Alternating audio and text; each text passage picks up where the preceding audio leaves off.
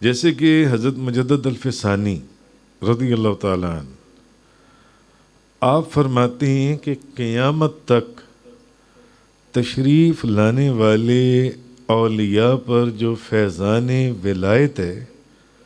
وہ سرکار غوث الثقلین کی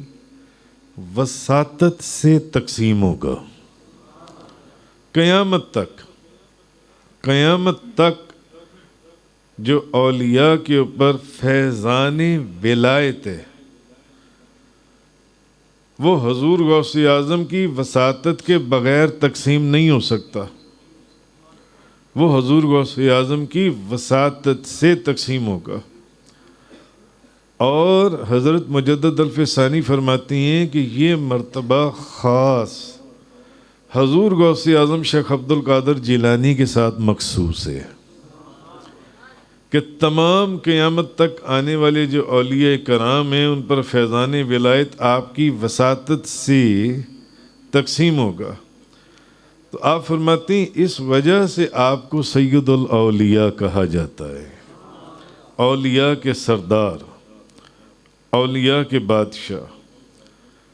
تو آپ فرماتے ہیں کہ اس بات کی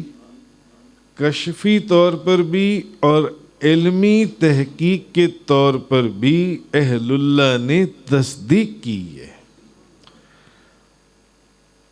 علم کے لحاظ سے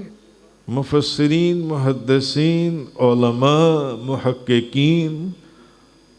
اور کشفی طور پر غوث قطب ابدال قلندر اولیاء اعظام اس بات کی انہوں نے تصدیق کی ہے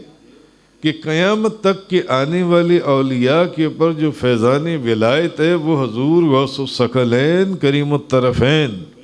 شیخ عبد القادر جیلانی کی وساطت سے تقسیم ہوگا، آپ کی وساطت سے تقسیم ہوگا۔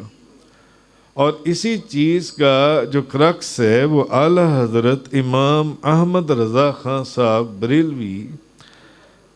انہوں نے اپنی کتابوں کے اندر اور قاضی ثناء اللہ پانی پتی رحمۃ اللہ علیہ نے انہوں نے بھی حضور غوث اعظم کی اس سرداری کے متعلق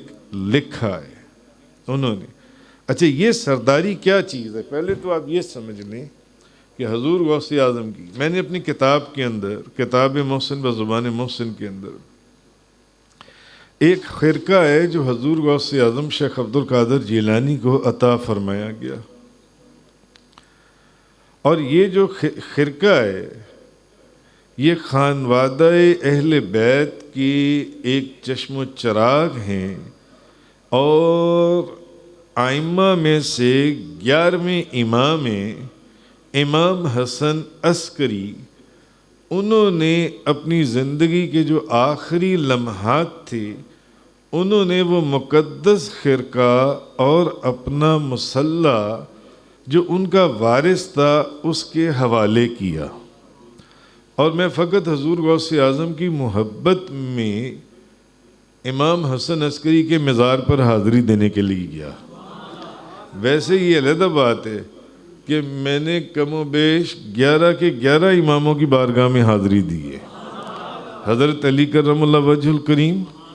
امام حسن، امام حسین، امام زین العابدین، امام محمد باقر، امام جعفر صادق، امام موسیٰ کاظم، امام علی رضا، امام محمد تقی الجواد، امام ابو الحسن نقی، اور 11ویں امام ابو الحسن عسکری کی بارگاہ میں سامرا میں حاضری دی ہے،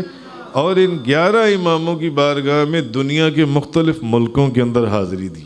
تو میں فقط حضور غوث اعظم کی محبت میں سامرا گیا، حالانکہ ہمیں لوگوں نے جانے سے منع کیا کہ سامرا نہ جائیں وہاں، اور اس دور میں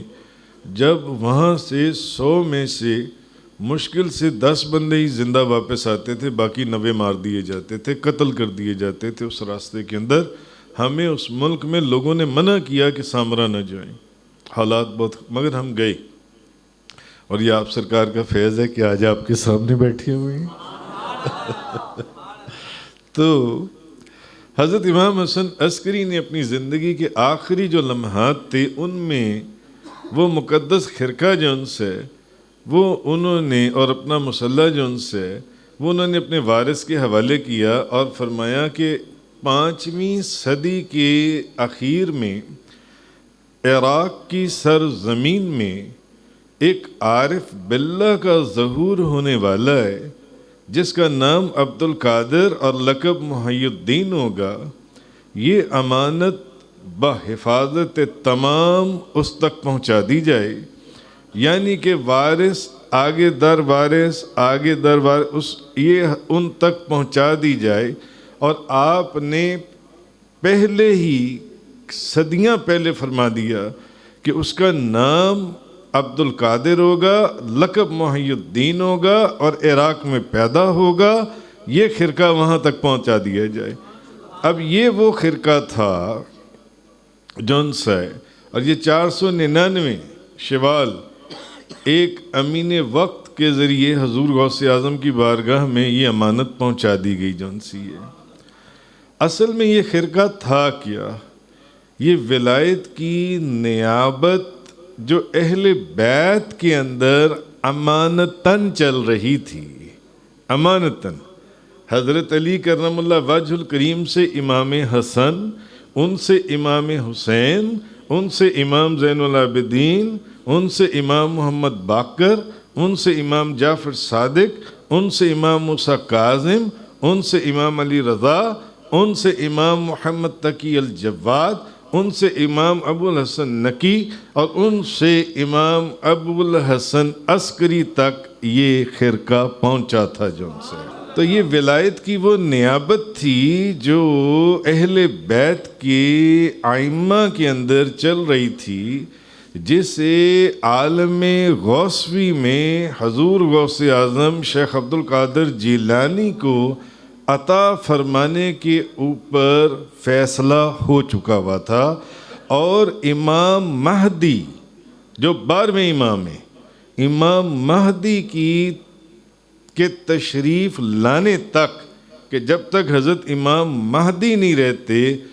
ہر ولی کی ولایت پر